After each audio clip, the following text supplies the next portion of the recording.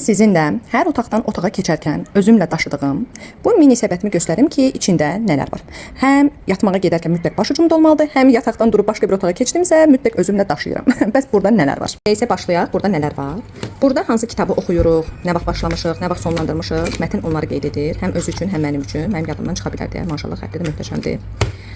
Burada mənim özümün belə balaca dəftərim var, hansı ki bura mənim şükranlıq dəftərimdir. Yəni bəzən gün ərzində bunu yazıram, günün sonunda yerimizə girərkən, bəzən də yazmayıb sadəcə artıq neçə belə bir dəftərlər qurtarmışıq. Bəzən də yazmıram, sadəcə şifahi səsləndirirəm. Danışırıq mətnlə öz aramızda.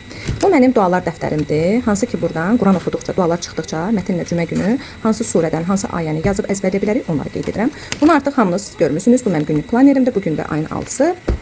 Bu hər bir insan hökmdardır. Düzdür, mütəmadi olaraq oxumuram, amma çalışıram ki, gözüm görsün. Qabın içərisində az qalıb bitirməyimə, amma stolüstü kitab kimi bir şeydir.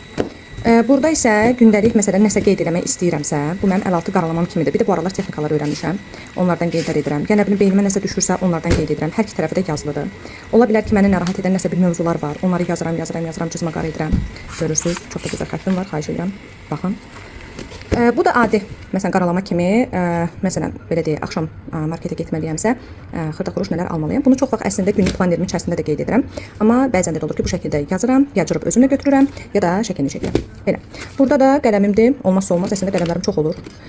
Bir də yataqdan durarkən tez saçımı toparlamağa, ya əlim atanda tez əlimə keçsin deyə mütləq. Bir də bunun adını Azərbaycan dilində. Bilmirəm, eşitmisiniz ya eşitməmisiniz, tel basan deyilir. Həqiqətən çox maraqlı addır. Mən də bir səhifə idarə edən influencerın birinin videolarında eşitmişdim bu tel basan ifadəsini. Normalda mən çalışıram ki, dilimizdəki yeni gələn sözləri mənimsəyim, öyrənim, ümumiyyətlə ana dilimizi təbliğini tərəfdarıyam.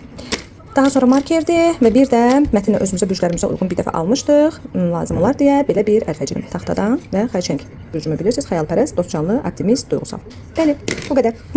Bunlarla bitmədi. Bunları yerləşdirəcəm. Amma bir də son vaxtlar mən normalda proqramla oxuyuram Qurani-Kərimi, amma dəstəmazda olarkən və ya namazdan sonra hicabda olarkən çalışıram ki, kitabı da toxunum, hiss edim. Azərbaycan dilində olan bu tərcüməsindən oxuyuram. Bu mənə sinif yoldaşımın hədiyyəsidir. Çox da sevərək Bismillahirrahmanirrahim oxuyuram. Nəsə indi qalsın. Və bir də son vaxtlar təkrar oxumağa başlamaq istəyirik, amma başlamamışıq. Mətnlə bu kitaba başlamaq istəyirik. Muhammed Peyğəmbərin həyatını baxmayaraq ki, uşaqlar üçündür. Sizə əmin edirəm ki, siz belə çox şey öyrənəcəksiniz. Ona görə gözümün qarşısına gətirib qoyuram ki, bunların heç birini eyni gündə bəzən çatdırmaya bilərəm. Yəni demin ki, vau nələr çatdırırsa Göyhər xanım. Yox, mən də sizin kimi bir insanım, uşaqlıyam. Evimdə işlərim hədsiz dərəcədə çox olur və hər işimi evimdə tək görürəm. Bəli, heç bir köməyim yoxdur. Sadəcə gözüm görsün deyə bəlkə vaxt edərəm deyə arada açıram, vərəqləyirəm, oxuyuram, mətnlə birgə. Bu qədər.